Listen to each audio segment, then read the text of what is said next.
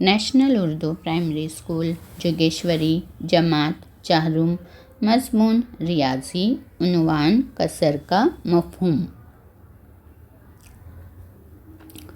बच्चों देखिए, आपको सामने की शक्ल में एक पूरी चीज़ नज़र आ रही होगी।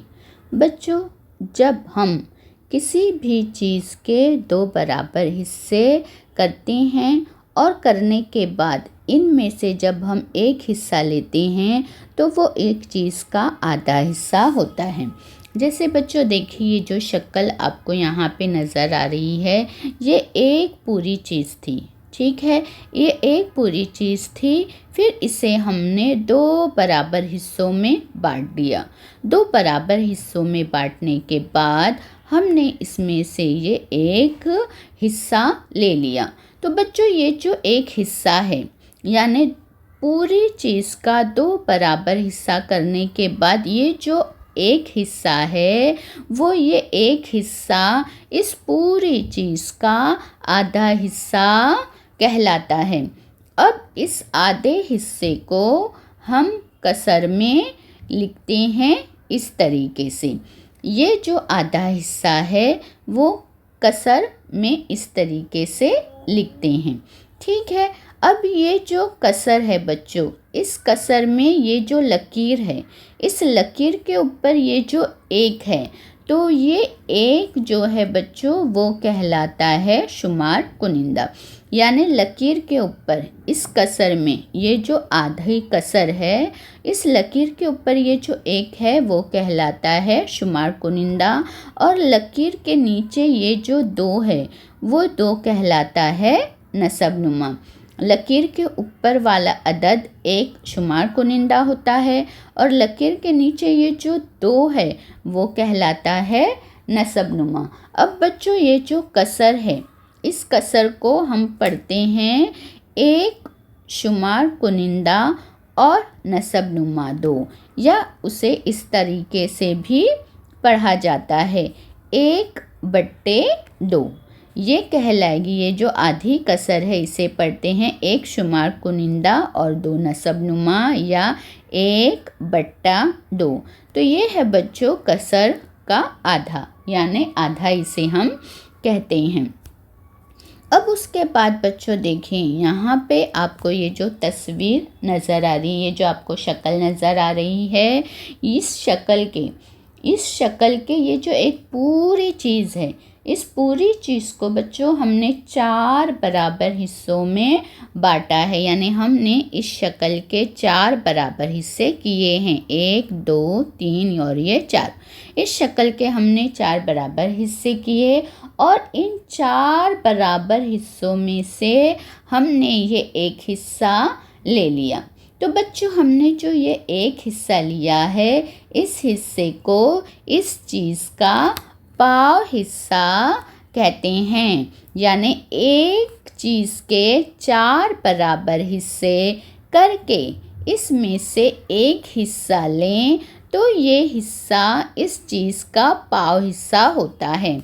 यानी बच्चों देखें, यहाँ पे 4 बराबर हिस्सों में से एक हिस्सा हमने ले लिया, तो ये जो एक हिस्सा है ये पाव हिस्सा कहलाता है, और इस पाव हिस्से को कसर में हम इस तरीके से लिखते हैं, ठीक है। इस तरीके से इसे ज़ाहिर करते हैं। ये जो हमारी पाव हिस्से की कसर है, इसे हम इस तरीके से ज़ाहिर करते हैं।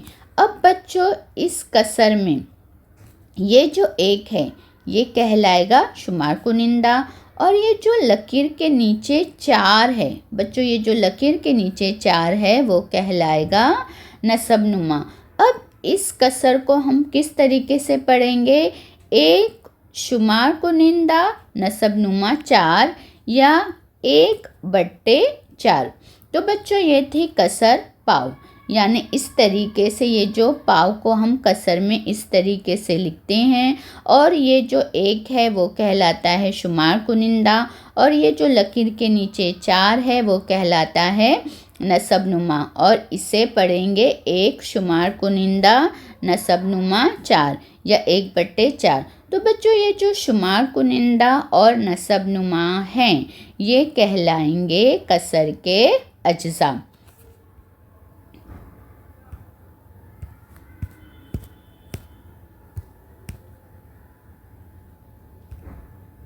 अब बच्चों देखिए यहाँ पे इस शक्ल में एक पूरी चीज़, ये जो एक पूरी चीज़ है इसके 4 बराबर हिस्से किए गए। ठीक है, 4 बराबर हिस्सों में से हमने इसके 3 हिस्से ले लिया है, 1, 2 और 3। 3 हिस्से लेने के बाद जब हमने इसका 3 हिस्सा लिया तो ये 3 हिस्सा जो है इस पूरी शक्ल का पौन हिस्सा कहलाएगा। ठीक है, ये जो 3 हिस्सा है ये इस शक्ल का पौन हिस्सा कहलाएगा। ठीक है, या 3 पाव, यानी देखिए 4 हिस्सा करने के बाद यहाँ पे हमें 4 पाव मिले थे तो हमने 3 पाव लिया, 1, 2, 3। तो 3 पाव मिलकर पौन बनता है। यानी किसी भी चीज़ के 4 बराबर हिस्से करें और इनमें से 3 हिस्से लें तो लिया हुआ कुल हिस्सा पौन होता है। अब ये जो पौन है तो बच्चों कसर में हम इस तरीके से इसे जाहिर करते हैं, 3/4। ठीक है, तो ये पौन की कसर है।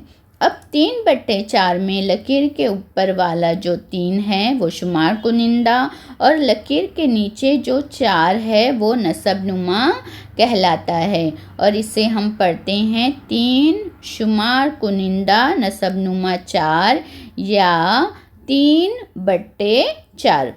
तो इस तरीके से हम इसे पढ़ते हैं और ये है हमारी पौन की कसर। अब बच्चों अब देखिए यहाँ पे ये जो है कागज़ की एक पट्टी है। ठीक है, ये एक कागज़ की पट्टी है और इसके हमने 5 बराबर हिस्से किए हैं, 1, 2, 3, 4 और 5। इसके 5 बराबर हिस्से करने के बाद हमने इसके एक हिस्से में रंग भरा है। ठीक है, तो सबसे पहले हम देखेंगे बराबर हिस्से। तो हमने कितने बराबर हिस्से किए शक्ल के? 5। तो हमने बराबर हिस्से किए 5 और कितने हिस्सों में रंग भरा? रंग भरा हुआ हिस्सा है हमारा बच्चों 1। पहले हमने 5 हिस्से किए बराबर शक्ल एक कागज़ी पट्टी के। ठीक है, फिर उसमें रंग भरा, हमने रंग भरा एक हिस्से में, तो हमारा रंग भरा हुआ हिस्सा है 1। अब ये जो है रंग भरे हुए हिस्से को कसर में 1/5 से जाहिर करते हैं, 1/5। ठीक है, 1/5 यानी इसका क्या मतलब है बच्चों कि 5 में से 5 हिस्सों में से एक हिस्सा लिया गया। अब बच्चों समझ लिए, यहाँ पे आप समझिए कि अगर हम ये जो हमारी कागज़ी पट्टी में से समझिए हमने अगर 4 हिस्से लिए, 1, 2, 3, 4। ठीक है, अगर हम 5 हिस्सों में से 4 हिस्से लें तो इस हिस्से को कसर 4/5 से जाहिर करते हैं। 4/5 यानी क्या बच्चों? यानी जो 5 है, जो 5 हिस्से हैं उनमें से 4 हिस्सा, यानी 1/5, 1/5, 1/5, 1/5। यानी कसर में 4/5 जो है वो होगा 4 होगा हमारा शुमार कुनिंदा और 5 होगा हमारा नसब नुमा। अब इसका क्या मतलब है बच्चों? किसी भी कसर में नसब नुमा जाहिर करता है। ये जो किसी भी कसर में जो नसब नुमा जाहिर करता है कि कितने हिस्से हैं। ठीक है, कितने हिस्से किए गए। और शुमार कुनिंदा बच्चों हमें बताता है कि किए गए हिस्सों में से हमने कितने हिस्से लिए हैं। जैसे यहाँ पे कसर 2/15। अब 2/15 में बच्चों 2 है शुमार कुनिंदा और 15 है नसब नुमा। अब इसका क्या मतलब हुआ 2/15 का? 2/15 का मतलब हुआ कि एक चीज़ के 15 हिस्से किए गए और उसमें से 2 हिस्सा लिया गया। यानी नसब नुमा बताता है कि कुल कितने हिस्से, यानी एक चीज़ के कितने हिस्से।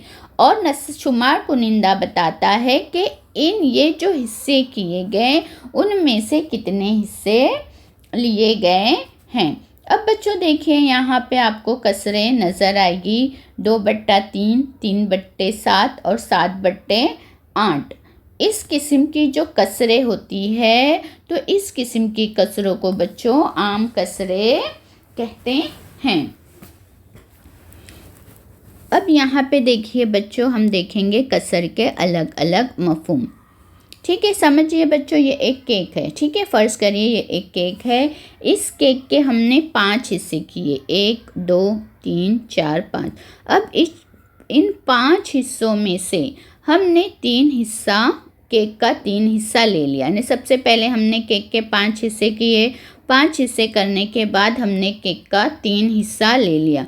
अब तो इसका क्या मतलब हुआ कि केक का 3/5 हिस्सा हमने ले लिया है। अब समझ लीजिए अगर हमारे पास इस तरीके के 3 केक हो और तीनों केक में से बच्चों हम तीनों केक के 5 हिस्से करते हैं और तीनों 5 हिस्से करने के बाद हर केक का हम 3 हिस्सा ले लेते हैं। यानी 3 केक के हमने 5 हिस्से किए और 5 हिस्से करने के बाद हर एक में से हमने 3 हिस्सा ले लिया। यानी हमने 3/5 हिस्सा हमने केक में से ले लिया है। यानी हर एक के 5 बराबर हिस्से और हर एक में से 1 हिस्सा। ठीक है, तो ये होगा 1/5, 1/5, 1/5 यानी 3/5। अब यहाँ पे हम देखेंगे बच्चों कि 3/5 का क्या मतलब है। 3/5 का मतलब है एक चीज़ के 5 हिस्सों में से 3 हिस्सा। ठीक है, या 1/5 3 मरतबा। 1/5 कितनी मरतबा? 3 मरतबा। यानी 1/5 जमा 1/5 जमा 1/5 यानी ये एक चीज़ 5 में से एक चीज़, फिर 5 में से एक, फिर 5 में से एक। 1/5 1/5 1/5। या इस तरह हम भी कह सकते हैं कि 3 का 1/5 गुना।